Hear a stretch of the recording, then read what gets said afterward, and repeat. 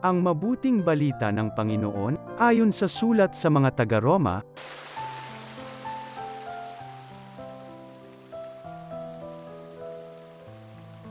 mga kapatid, kung ang Diyos ay panig sa atin, sino ang laban sa atin? Hindi niya ipinagkait ang sarili niyang anak kundi ibinigay para sa ating lahat. Kung naipagkaloob niya sa atin ang kanyang anak, hindi ba niya ipagkakaloob sa atin ang lahat ng bagay, kasama ng kanyang anak?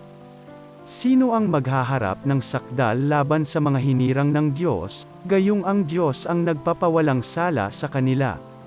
Sino nga ang hahatol ng kaparusahan? Si Kristo Jesus bang nasa kanan ng Diyos? Siya pa nga ang namatay at muling binuhay, at ngayoy namamagitan para sa atin. Ang mabuting balita ng Panginoon.